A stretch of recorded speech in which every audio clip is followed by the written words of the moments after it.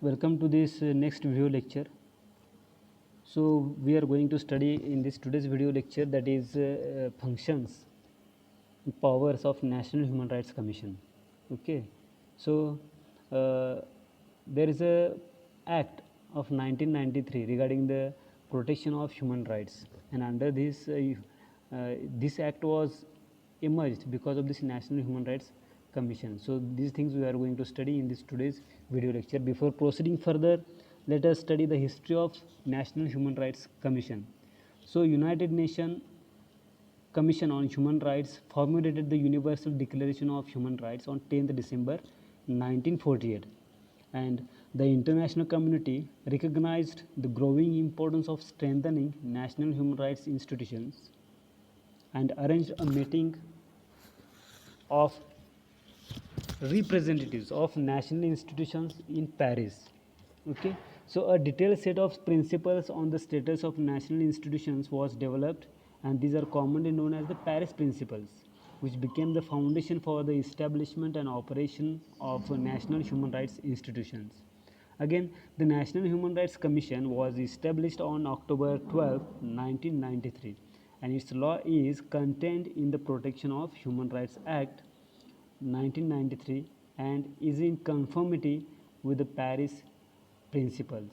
Okay, so first of all, United Nations Commission on Human Rights formulated the UDHR, okay, UDHR on 10th December 1948, and after its law, that National Human Rights Commission was established on 12th October 1993, and its law was contained in the Protection of Human Rights Act in 1993.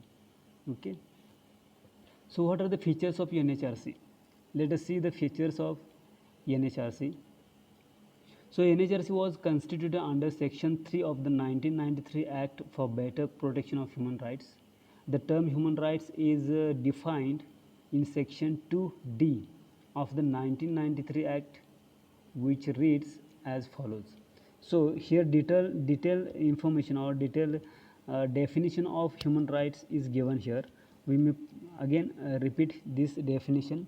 So human right means the rights relating to life, rights relating to liberty, rights relating to equality and dignity of the individual, and which was guaranteed by the Constitution or embodied in the international covenants and enforceable by courts in India. And this is the straightforward definition was included in the Section 2D of the 1993 Act.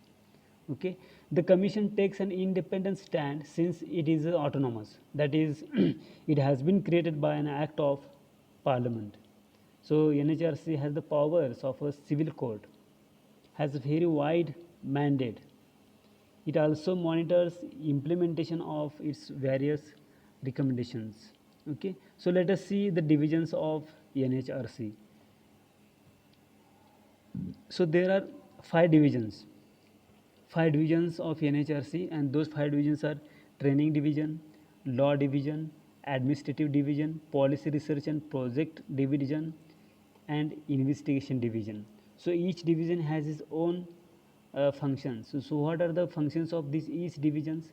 So see here, training division, which is spreading human rights literacy among sections of the society, that is the function of training division.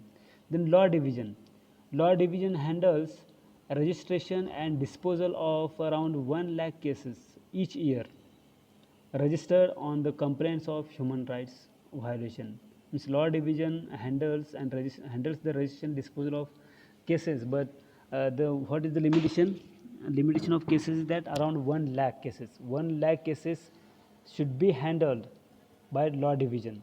Then administration division, this division looks after the establishment, administrative and related requirements of the chairperson and members of the NHRC. That is the function of administration division. Then policy research and project division undertakes and promotes research on human rights and organizes conferences, seminars and workshops on important human rights issues. Okay, so what are the important human rights issues we may study at the end of the lecture. There is a particular slide included in this lecture. We may discuss in detail there. So another division is that investigation division, which is headed by an officer of the rank of Directorate General of Police, assisted by one DIG and 3 senior superintendents of police for spot inquiries, custodial death, for fact finding cases. Then this NHRC, National Human Rights Commission, has special composition, or it is consists of this commission consists of a chairman. This NHRC is consist of a chairman, then one member who is or has been a judge of the Supreme Court of India, that is another member. Then another member who is or has been the Chief Justice of a High Court. Then other 2 members to be appointed from among persons having knowledge of or practical experience in matters relating to human rights. And in addition, the chairpersons of 4 national commissions. There are 4 national commissions of minorities, national commissions of SCs, STs and women's, and each commission's chairperson can be a member of NHRC who serves as ex officio members. Then this is the graphical presentation of composition of human rights. Then let us see the appointment and removal of members. Means in what way the members or chairpersons are appointed. Those are appointed by President of India, and in what conditions they are removed from their post. This information is given here. So let us see. The chairperson and the members of the commission are appointed by the President of India on the recommendations of a committee. Okay, so there is a particular committee, and that committee recommends to the President of India to appoint that particular person as a member of NHRC. Okay, so recommendations of committee also important here. So what is that committee consisting of? That committee consisting of the Prime Minister, the Home Minister, the leader of the opposition in the Lok Sabha, the leader of the opposition in the Rajya Sabha, the Speaker of the Lok Sabha, and the Deputy Chairman of the Rajya Sabha. So these members recommend those persons or persons who can be appointed on the different post of NHRC. Okay, no doubt they are appointed by President, but President, while appointing them, President takes recommendation from this committee. Okay, then the chairman and members hold office for a term of 5 years or until they attain the age of 70 years, whichever is earlier. Then after their tenure, the chairman and members are not eligible for further employment under central or state government. Okay, this is the second condition. Then President can remove the chairman or any member from the office under certain circumstances. You may also take this information, you may get more information on Google. Then functions and powers of commission. Let us see functions and powers of commission. So the commission performs the following functions, namely violation of human rights. It observes whether there are violations of human rights or not. Then negligence in the prevention of such violation. They also observes that whether these basic human rights are violated, and if they are violated, by whom? By a public servant or not. Then this commission intervene in any proceeding involving any allegation of violation of human rights pending before a court with the approval of such court. Then NHRC visit under intimation to the state government, any jail or any other institution under the control of the state government where persons are detained for purpose of treatment. Then NHRC review the safeguards providing by the constitution or any law for the time being in force for the protection of human rights and recommend measures for their effective implementation. So these are the several functions and powers of commission. So another functions and powers of commission are mentioned below. So NHRC review the factors including acts of terrorism that inhibit the enjoyment of human rights and recommend appropriate remedial measures. Then NHRC study treaties and other international instruments on human rights and make recommendations for their effective implementation. Then NHRC undertake and promote research in the field of human rights. Means NHRC also promote research in the field of human rights. Then it spread human rights literacy among various sections of society. It is also a function of the NHRC and promote awareness of safeguards available for the protection of these rights through publications, the media, seminars and other available means. So it is the main most of the important functions of and powers of commission. The next is to encourage the efforts of non-government organizations, NGOs and institutions working in the field of human rights. So these are the several functions and powers of commission. So there are several issues arised in India regarding the human rights. So which are those major human rights issues in India? Let us see. So some of the issues which are taken up by NHRC are listed as follows. That is custodial torture. If there is custodial torture, human rights intervene there. Then right to work and labor rights. Right to work and labor rights in this field, NHRC intervene.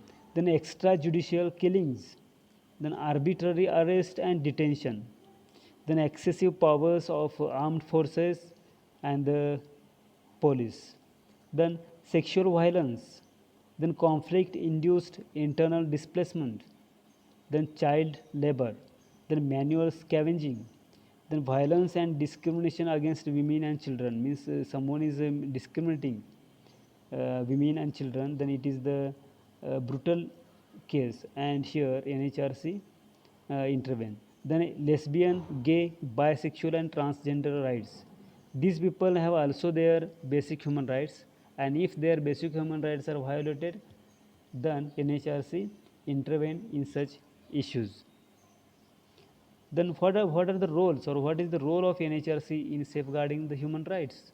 So NHRC has widely dealt with issues relating to application of human rights and has established its reputation for independence and integrity. There is an increasing number of complaints addressed to the Commission seeking redressal of grievances.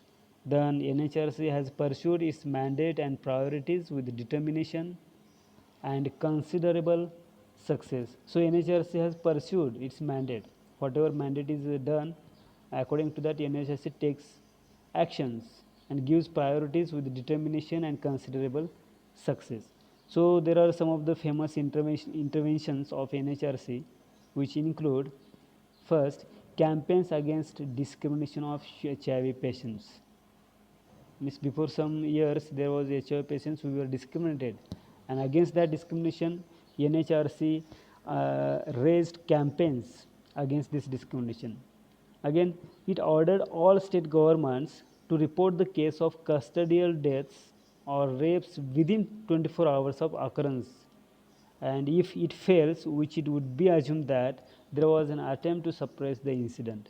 Means such cases like custodial deaths or rapes happen within 24 hours after such cases, that particular institution or authority should report it within 24 hours, otherwise it will be considered as an attempt to suppress the incident. Then role of NHRC in safeguarding human rights. Again next several roles are given here. Third is that an important intervention of the commission was related to Nithari village in Noida, UP, Uttar Pradesh, where children were sexually abused and murdered. Then NHRC helped bring out open a multi-crore pension scam in Haryana. It also opened the multi-crore pension scam in Haryana. Then it also looked up the case of sterilization tragedy of Chhattisgarh. Again, in spite of many achievements, the NHRC has been marked with controversies. For instance, the Batla House encounter case in the recent past, where the Commission's report giving clean sheet to the Delhi police came under fire from various quarters. Again, you might have read several news where UP police killed a criminal under the title of you may say they killed brutally under the title of encounter, as it was not handled properly. All sections of society welcomed their decision, but it was against the NHRC mandate. So it was said that the commission had failed to conduct a proper inquiry, as its officials never visited the site and filed a report on the basis on the police version. So that is the controversial issue of NHRC. So what are the limitations of the commission? It is given here. Let us see the limitations of NHRC. So NHRC can only make recommendations without the power to enforce decisions. Then this lack of authority to ensure compliance can lead to outright rejection of its decision too. Means they don't have the authority to ensure the compliance, and because of that they cannot lead to outright rejection of its decision too. Then it is often viewed as a post-retirement destination for destinations for judges, police officers, and bureaucrats with political clout. Means no youngsters or well-educated or knowledgeable persons are not appointed here in NHRC. That is the limitation. Then bureaucratic functioning, inadequacy of funds also hamper the working of the commission. Means it requires bureaucratic functions, it requires adequate funds to run smoothly the functions of NHRC. Then under the Protection of Human Rights Act 1993, human rights commissions cannot investigate an event if the complaint was made more than 1 year after the incident. Therefore, a large number of genuine grievances go unaddressed. So minimum 1 year should be passed, and then only this NHRC will come forward to investigate that case or matter. So this is the limitation of the commission. The improvements. There are several improvements. What kind of improvements of NHRC? Let us see. If human rights commissions are to truly protect human rights in India, it needs a revamp. Then the efficacy of commissions will be greatly enhanced if their decisions are made enforceable by the government. Means government should enforce the decisions of NHRC. If commissions are to play a meaningful role in society, they must include civil society, human rights activists as members. They should include the civil society human rights activities as members on the panel or on the body of NHRC. The misuse of laws by the law enforcing agencies is often the root cause of human rights violations. Means the police department itself or the members of NHRC itself violate the laws of NHRC. Then the weakness of laws should be removed, and those laws should be amended or repealed if they run contrary to human rights. Then there are several cases handled by NHRC, and these are the several examples given here, or we may say cases. So first case is that Gujarat riots. So what is the Gujarat riots case? So let us see. During February-March 2002, 3,000 people belonging to minority Muslim community were killed and property was destroyed due to communal violence. And NHRC initiated an inquiry and directed the state government to report the measures taken so far, and also approached Supreme Court of India on behalf of Gujarat riots. The second case is that starvation death in Orissa.